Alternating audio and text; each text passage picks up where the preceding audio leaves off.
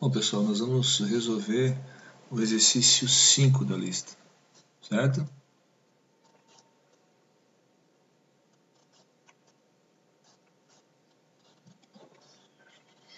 Na verdade, a gente já resolveu...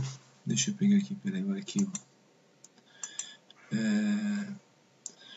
A gente já resolveu fazer os diagramas fasoriais, certo? A gente já fez o diagrama fasorial com carga indutiva, né? E eu também fiz com carga capacitiva no exercício 4. No exercício 3 foi, não carga, desculpe, carga constante no exercício 3, né? E a máquina subexcitada, o fator de potência estava indutivo. E no exercício 4, a máquina estava sobreexcitada e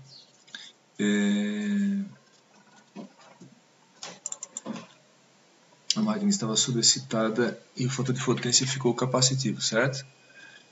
Então, eu fiz no exercício 3, a máquina estava 210, a subexcitada, e a corrente ficou atrasada da tensão, né? Eu dei um fator de potência indutivo, e a gente fez o diagrama fasorial. Depois, no exercício 4, a gente aumentou a corrente de excitação, o F ficou acima do VT, que é 220, e a máquina ficou funcionando com fator de potência capacitivo, sobreexcitada, certo? Eu fiz diagrama fasorial também, mas eu vou completar o exercício 5 para completar, eu vou completar novamente o caso indutivo, o caso indutivo e o caso para fator de potência unitário, certo? Capacitivo eu já fiz no exercício 4, completei no exercício 4, tá bom? Vamos fazer primeiro o 5C então, que seria indutivo, que na verdade a gente já fez no exercício 3, certo? Quando a máquina estava subexcitada. Então nesse caso ela vai ficar com fator de potência indutivo, tá? Vamos lá então. Olha só. Vamos desenhar um circuito equivalente aqui novamente.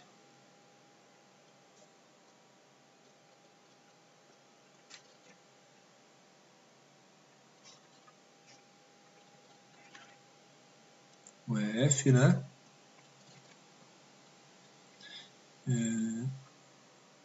Aqui o VT, tensão que aplica em cada fase terminal da máquina, né? O VT a gente já viu que ele é aproximadamente igual ao ER, fém resultante. Aqui a gente tem o JXS. E aqui a gente tem a corrente IA. Né? Então, a corrente entrando aqui, ela faz mais menos, né? Então, VT menos VT mais JXSA mais EF igual a zero, né? Então, VT, passando do VT para o outro lado, é igual a JXSA, né? Mais EF, né? Lembrando que o JXSA é o nosso ERA, né? É a fé induzida pelo campo girante em cada fase da armadura. Beleza? Então, a máquina ela está subexcitada, né? É que nem o exercício 3 esse aqui, ó. A gente já tinha feito, né? Máquina subexcitada aqui, por exemplo, a nossa era 220 e aqui ele colocou 210, né? Então eu tenho que somar o EF com esse vetorzinho daqui até aqui, que é o ERA, que na verdade também é o JXSIA. Eu acho que aqui eu consigo fazer um pouco melhor, vamos ver. Ó. Então aqui a gente tem o JXSIA, né? Bom, esse triângulo das fens, ele fica reproduzido lá em cima igualzinho para os fluxos, tá vendo, né? O fluxo FF, 90 graus atrasado, a fém induz a fém EF. O fluxo resultante, 90 graus atrasado, induz a fém ER, né? Aqui eu tenho o fluxo resultante e o fluxo FF, né? Então, na verdade, o fluxo do campo girante, ele faz mais ou menos isso aqui, ele vem daqui até aqui, ó. né? Vamos ver aqui, daqui até aqui, né? Não ficou bom aqui, deixa eu ver, vou tentar fazer de novo.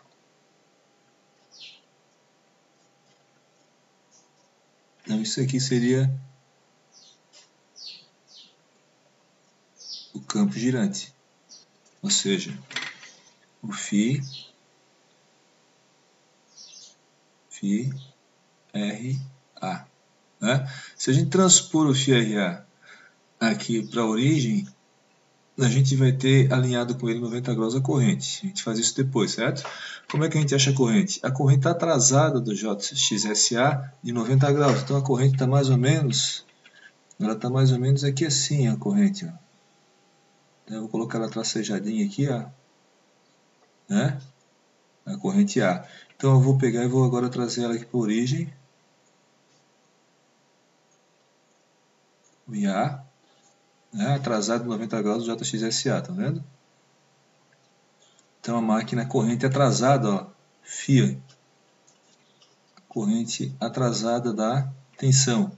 Como o F está menor que o VT, tem pouca corrente contínua para induzir, produzindo o fluxo φF, induzindo a FF, né? Então a máquina está subexcitada e ela funciona com fator de potência indutivo. Note que esse funcionamento do exercício 3 e o 4, a carga no eixo fica constante, né? E a gente só varia a corrente de excitação. Então no exercício 3 ficou subexcitada, fator de potência indutivo. Que é esse caso aqui, no exercício 4, ela ficou sobreexcitada e o fator de potência ficou capacitivo. A gente já fez o diagrama fasorial, certo? Aqui, se a gente quiser transportar o φRA para cá, ó, ele fica alinhado certinho com a corrente, né? Estaria aqui, ó, φRA, certo?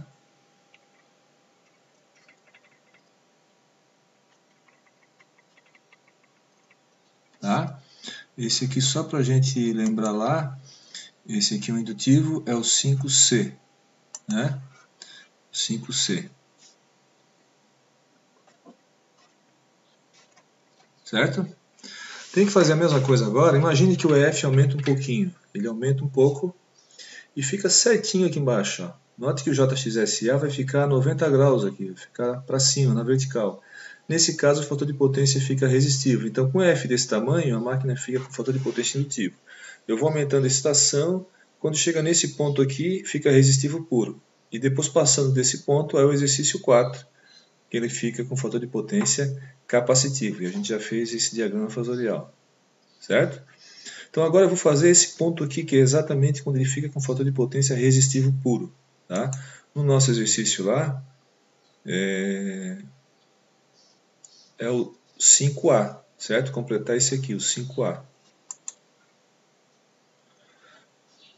Então eu vou fazer o seguinte, eu vou colocar uma outra layer aqui. Aqui é, assim preparado para a gente fazer, certo? Então a mesma coisa que a gente faz, olha só, a FEM resultante, que é o ER, tá aqui, ó.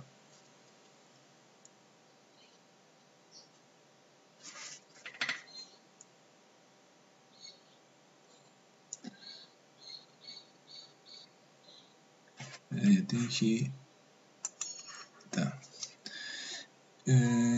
O R que está aqui, outro pontinho que isso aqui é vetor, né? Peraí. Tá. Ver aqui se ele tá. Peraí. Eu vou ter que apagar aqui. Fiz besteira aqui. Estava escrevendo uma outra lei. Beleza. Agora eu vou voltar para cá. E olha. Certo. Acho que agora vai funcionar. Vamos ver. Beleza. Então agora a gente vem aqui, ó. O EF mais o JXSA, que seria esse vetorzinho aqui, vai dar a FEM resultante, certo?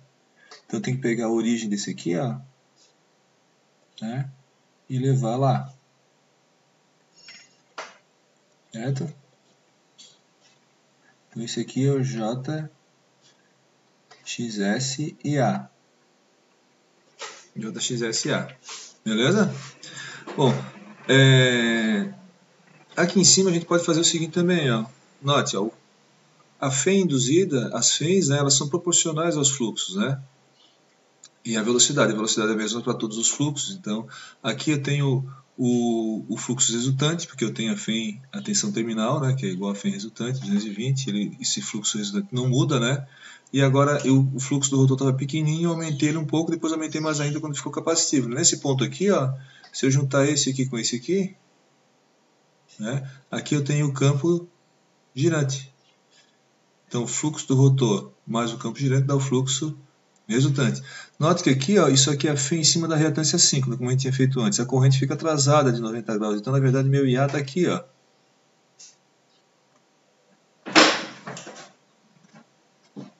Tá? Se eu transpor para a origem, o IA fica exatamente aqui em cima.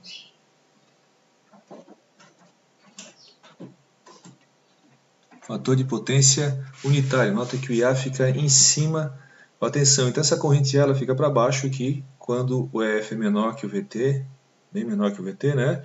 Depois ele tem que ficar, na verdade, um pouquinho maior que o VT nesse caso, para poder o JXSA ficar exatamente para cima, 90 graus. Né? Aí o IA fica em fase com a tensão, estão vendo? Na verdade, o IA é proporcional ao JXSA. Né? Então, se eu colocar um F bem pequeno, a diferença de potencial aqui JXSA é grande, vai dar uma corrente grande. Aí eu vou aumentando o F. Nesse ponto aqui que é resistivo puro, a corrente é a menor possível. Né? Depois eu vou aumentando o EF, vai aumentando a diferença de potencial entre o VT e o EF, vai aumentando o JXSA e vai aumentando a corrente. Né?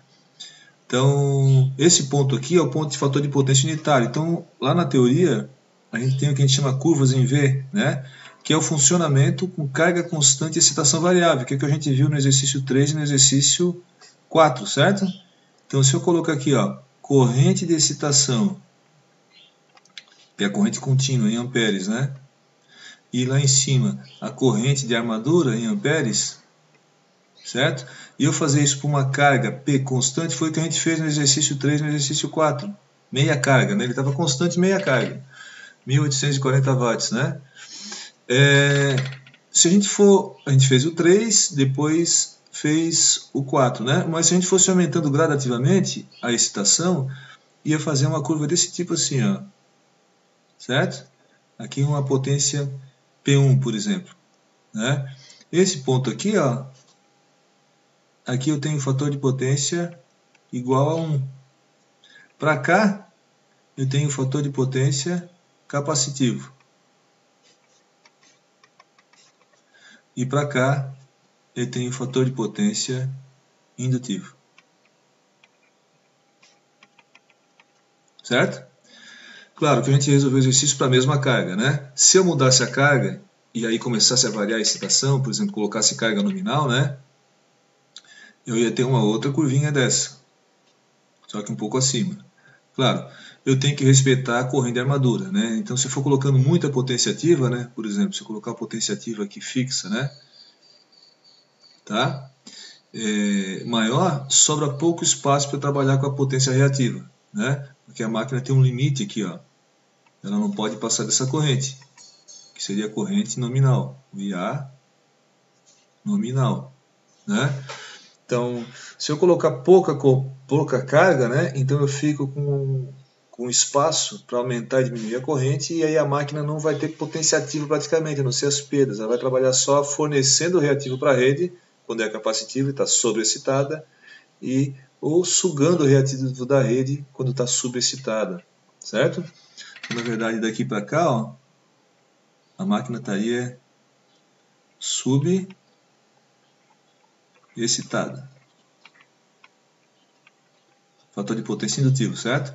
E para cá, a gente já viu, né, no exercício 4, sobreexcitada. Sobreexcitada, né?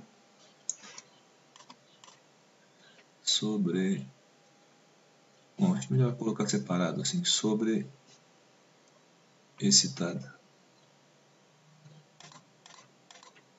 Acho que funciona assim, sobreexcitada. Tá? Sobreexcitada e aqui subexcitada. Beleza? Obrigado, pessoal. Estudem aí, tá?